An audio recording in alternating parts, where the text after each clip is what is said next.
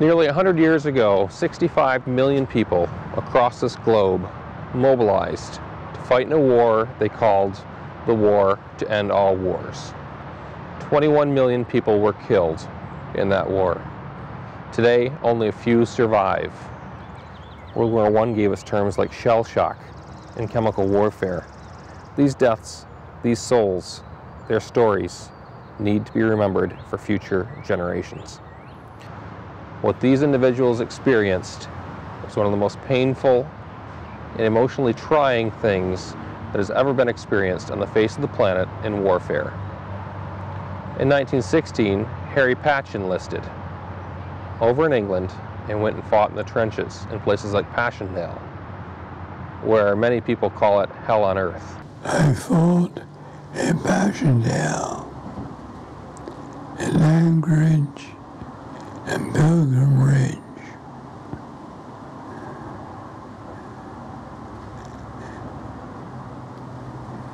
Across in the United States, in Missouri, a young 15-year-old Frank Buckles enlisted in the United States Army.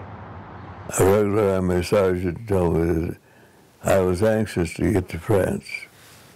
If you go into the ambulance corps, you will be sent to France immediately because they're begging for ambulance service.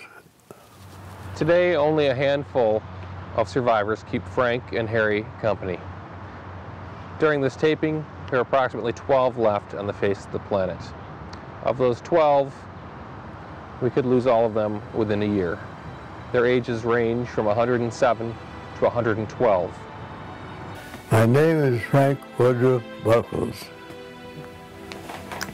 I am America's last known survivor of World War I. On March 6, 2008, at the unveiling of this project at the Pentagon, Secretary of Defense Robert Gates stated that this war is not well understood.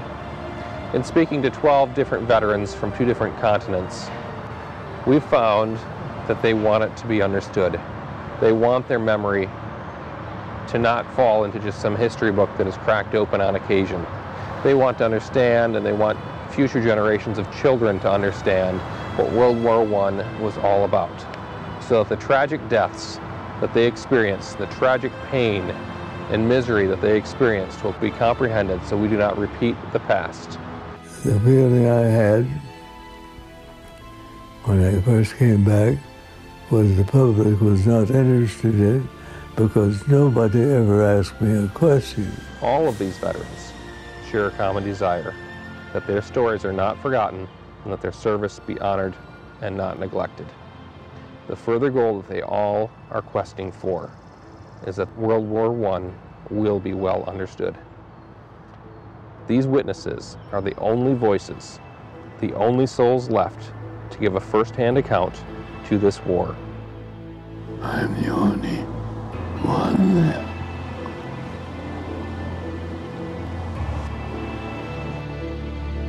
I went to the Navy, and they told me I was I had